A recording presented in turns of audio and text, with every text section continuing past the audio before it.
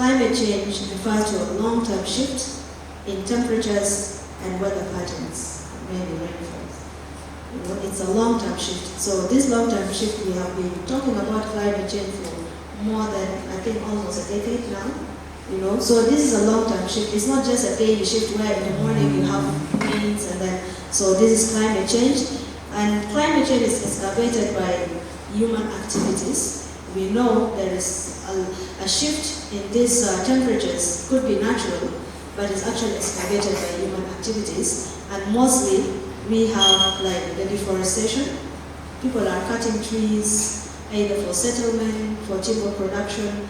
And this one, the forest is like a carbon sink, and we know carbon is one of the greenhouse gases that are actually causing climate change. So when trees are cut down, then that means we don't have the sink that is going to absorb the carbon. And then we now have carbon dioxide is trapping the heat, and then it leads us to global warming. So we have fossil fuel, and ourselves, we are among the countries that are producing fossil fuel, and this fossil fuel is starting from its production, exploration, transportation, and all this. They have impact on our climate, and they're actually contributing so much into greenhouse gases. In South Sudan, we have methane production, actually, the natural gas from our wetlands, the Sud wetland. In the whole Africa, actually, our emissions of these greenhouse gases is around 4%, but we are the most affected by this impact of climate change. So what I want to know about climate change is that this phenomenon is real. It's not just a fabrication or just an allegation. It's real, and we have seen its impact. And impact of climate change are global. The industrialization that happened in the Western countries, in the Eastern countries, the developed countries, it's affecting us the most. The African countries that we have emission of less than 4%. So the role number one for civil society organization is that they play a role of a watchdog. They monitor the events that are taking place. They monitor the government promises. They monitor a lot of kind of things. If like the issue of the environmental bill, we have been following it up so much. And the bill actually was drafted more than 3 times. It's still stuck, I think, between the Minister of Justice. It's not yet tabled even in the Parliament for discussion. So it's just somewhere there, and it is the civil society organization that have to go and find out where this bill is. And we have to push it that it should be tabled to the Parliament for discussion.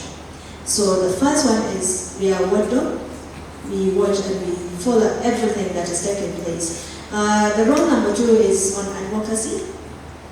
We have to advocate. After we monitor, we know everything is in this place. We have to advocate and lobby for policy, formulations, for government action if they make some promises. If there are a lot of issues taking place like the floods and all this, we have to advocate for the rights of people, for provision of all these things for those who are affected by climate change. And to also push and advocate for early warning mechanisms so that we can mitigate this impact of climate change and have adaptation mechanism in place. The third role is on awareness creation. As a civil society organization, and many of them have been doing it, you have to create awareness on environmental concern, and I think it's also missing a lot in our context. There are very few organizations that are doing that, few individuals that are doing that, and it is very necessary to make our populations aware of all this impact of climate change. Heat waves, floods, and droughts. When it happens, are they just going to be found at a shop, or maybe at least they have to have some basic skills on how to adapt into this climate change? Like those people who are affected by floods, what are some adaptation mechanisms that can be put in place in order for them to actually adapt to this new, this so much water being submerged, or even for them to evacuate from such places? The same to those people who are affected by droughts. And now we have the heat waves. So people are aware, really, that we are having heat waves. Even the country, people came to know when the schools were closed. The other role is service provision. You know, in some points, government may not be willing to actually support those affected, or maybe is not able to do that. So we have seen a lot of civil society organizations providing services, you know, and we see those who are actually in humanitarian sector. They're providing shelter, they're providing food, they're providing medicines, and a lot of things that are being provided to those people who are affected by climate change. And then we also act as pressure group. You know, we are lobbying, we are advocating, but at some points we need to put pressure on the governments, on the corporations, on all the actors that may be excavating this impact of climate change. For example, in 2022, we had this issue of dredging that came up, you know, for Unity State, and many of us, organizations and individuals, we actually made coalitions and we made a lot of noise. You know, that was a pressure that we were giving to the government, and at the end we were termed, we are like social media criminals, but that was fine, you know. But at the end, these things was put, you know, somewhere. It was actually attempted. People started dredging, but there are a lot of issues. The same thing that we did, we were advocating for were in place. I had an eyewitness from Unity State. He called me last year and he started laughing because he was a pro dredging and I was against dredging. So he called me, he's my uncle. He said, you